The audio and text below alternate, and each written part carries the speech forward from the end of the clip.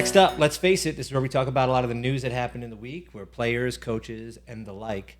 Always starting out with a sad one, but you know, after DeMar Hamlin, a lot of positive news there, which Christine will get into. We actually wanted to shift everybody's prayers over to Peyton Hillis. So he was a running back, played for the Browns, played for the Giants, and he was on vacation with his family. I'm not sure if it was vacation or they lived there, but it was down in Florida. The young kids go on the beach. They're in the water. He realizes they're in trouble. He goes and rescues them from drowning, but breathed in a bunch of water and stuff like that. They had to resuscitate him on the beach. Got him, to the hospital and stuff, but he's intensive care. He's been under his lungs. There's an issue there, but the bigger thing, they think the lungs can start improving a bit, but the kidneys are now working. So, thoughts and prayers there to Peyton Hillis. Get healthy. Let's get another positive comeback story there. But guy was doing the right thing, saving his own kids and willing to die for it. So, definitely a hero there. Another sad news, but not as terrible, obviously. No. Lovie Smith, the head coach, fired from the Texans. Got a lot of that news coming in this week. Yeah. They're getting rid of a lot of people, but Lovie Smith's a little questionable. Do you put it all on him? Don't think so. So that was kind of disappointing to hear that you couldn't just keep working with him. And yeah, there's questions over RG3 came out and saying like, was he just a placeholder because they were tanking anyway and they wanted to rebuild the squad and all that? So it's tough. A one and done coach 2 times in a row, 2 years in a row, you have the coach go in and use 1 year. I mean, we got to give these guys a little bit of time to get a roster together. I mean, Robert Saleh, he had 2 years, and now we're starting to go, well, hey, guy, when are you going to actually turn this thing around? Hope we're trending up a bit, but I mean, we were you're trending up. I think that's what's helping Saleh. 7-4. We finished with 7 wins. So I mean, it's I don't know. good. Is it all Saleh's fault or is it a little bit of Zach Wilson's fault? Yeah, I guess that's true. Kliff Kingsbury. Yep, moving on. Another coach that was fired. Now, this one is he was fired, but he was just went out and talked. He was talking a little shit. Kyler Murray was just so negative and stuff like that. And Kliff Kingsbury actually, after the season, or was the week before the season ended, he started leaking out stuff like, well, Kyler's negativity is rough. It's hard to coach him, this and that. I think he wanted out of this team, out of the deal, and out of coaching Kyler Murray because, they invested in this guy for a long-term deal. He knows he's going to be there, and he's a pain in the ass, yelling at him on the sideline, embarrassing him. The good news is don't cry for Kliff Kingsbury because he got a contract extension 10 months ago, and he's being paid through 2027. Yeah. So he can sit around and do nothing for 4 years. Collect those checks. Okay. Quay Walker.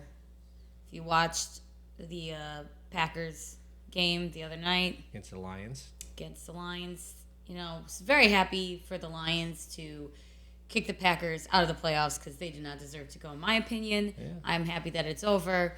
Lions also made me some money, so thank you for that. But during that game, Mr. Quay Walker, to be honest with you, is a piece of shit. Ooh. He got ejected from the game. This is his second ejection.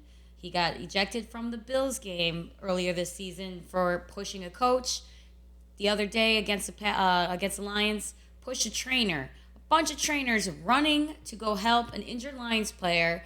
This is just days after the whole DeMar Hamlin situation, folks. And they just tapped him like this to say, excuse me, I need to get by.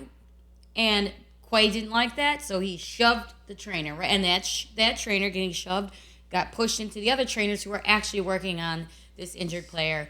Absolutely disgusting. Hopefully you watched the video of him after he got ejected walking into the locker room. He looked like a little bitch. He was crying. Oh, my God. Why would they do this to me? You've got to be kidding me. You touch a trainer who has nothing to do with you, who's not bothering you, who could possibly be saving someone's life, as we've started learning now that this is a thing.